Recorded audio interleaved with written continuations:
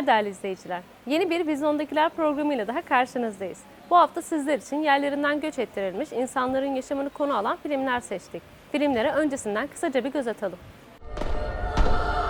L'autre côté, ça te concerne pas. இங்க ஒரு பிரச்சனையும் வரக்கூடாது.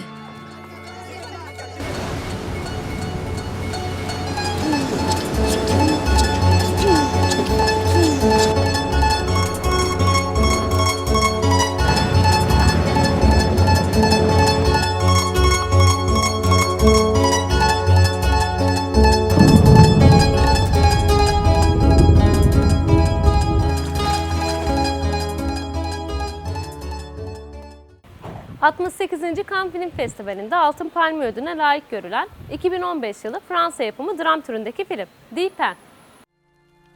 Donc essayez de m'expliquer pourquoi et comment vous êtes parti. அப்போ ஆமை வந்து என்ன தேடி Sri Lanka'da iç savaşta Tamil gerillası saflarında savaşan Die Pen, iç savaşın sonuna doğru ülkesinden kaçıp mülteci olarak kendine yeni bir hayat kurmak ister. Mülteci olarak gideceği ülkeden daha kolay sığınma hakkı kazanabilmek için yanına kamptan tanımadığı bir kadın ve bir çocuğu alır.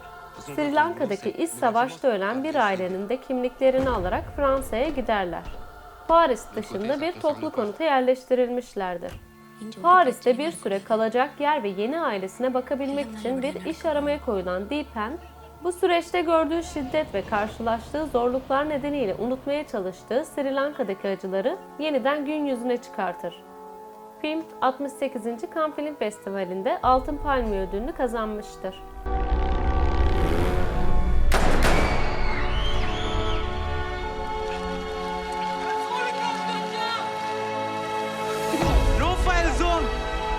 Ton mari, il faut qu'il arrête.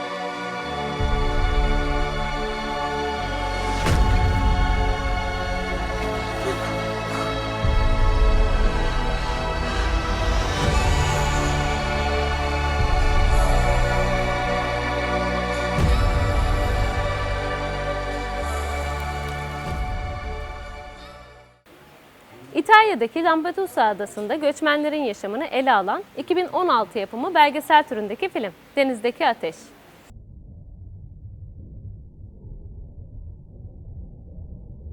Film, Orta Doğu'dan İtalya'nın güney kıyısında bulunan Lampedusa adasına akın eden Suriye göçmenlerinin hayatını konu ediyor. Yaşanan tüm acılı olaylar, filmin baş kahramanı, adanın yerli sakini olan 12 yaşındaki Samuel'in gözünden beyaz perdeye aktarılıyor. Belgesel, Avrupa'da göçmen krizinin cephesi olan İtalya'daki Lampedusa adasındaki yaşamı ele alır. İtalya'nın güney kıyısından 200 kilometre uzaklıkta yer alan Lampedusa, son yıllarda Avrupa'da yeni bir hayatın hayalini kuran, Afrika ve Orta Doğu'dan gelen binlerce göçmenin umut limanıdır.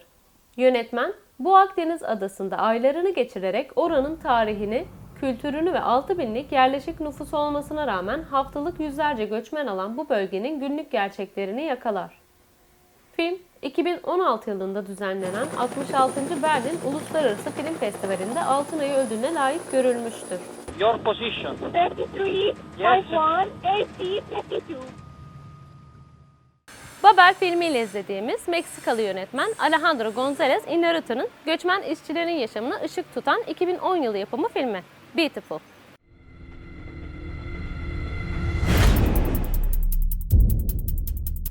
Barcelona'da yaşayan Akspal, ülkeye kaçak yollardan giren göçmenleri yasa dışı işlere yerleştirerek geçimini sağlamaktadır. Yeri geldiğinde polise rüşvet veren, toplumun dışladığı insanlara yardımcı olan, aynı zamanda onların sırtından geçinen bir karakter olarak gösterilir.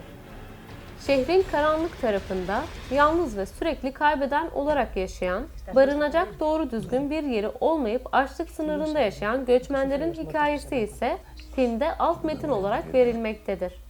Onların yaşadığı dünyada her şey kirlenmiş, ikiyüzlü politikalar ve rant çevreleri nedeniyle yaşamları kaygı verici bir mağduriyete dönüşmüştür. Filmde kaçak çalışan mültecilerin bodrum katlarında kalabalık gruplar halinde kaldıkları sağlıksız ortam tüm çıplaklığıyla gözler önüne serilir. Yasal olarak var olmayan bu insanların sahip oldukları hayat şartları onları kırılgan bir çizgide yaşamaya mecbur bırakır.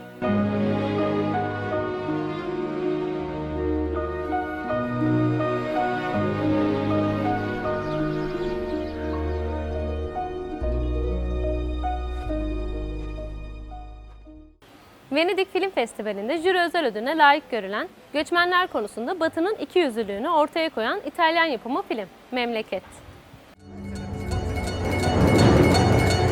İtalya'nın 2012 Oscar adayı olan Memleket, göç ve ahlak üzerine söyleyecek fikirleri olan bir hayatta kalma çabası filmi. Sicilya açıklarında Küçük Linosa Adası, küçük bir balıkçı topluluğunun yaşadığı bir adadır. Balıkçı ailesi, batmak üzere olan bir gemiden kurtulmayı başaran Etiyopyalı bir kadın ve küçük çocuğunu yasak da olsa evlerine alır. Bu küçük balıkçı ailesi için hayat bir daha eskisi kadar rahat olmayacaktır. Zira teknelerine el konur ve evlerinde yaşamaya başlayan kadın doğum yapar. Filmin premieri 68. Venedik Uluslararası Film Festivali'nde yapılmıştır. Film, mülteciler konusunda sürekli insan hakları bildirgeleri yayınlayan Batı'nın ikiyüzlülüğünü tokat gibi ortaya koymuştur. Bu hafta sizler için seçtiğimiz filmler bunlardı. Yeni bir programda görüşünceye dek hoşça kalın.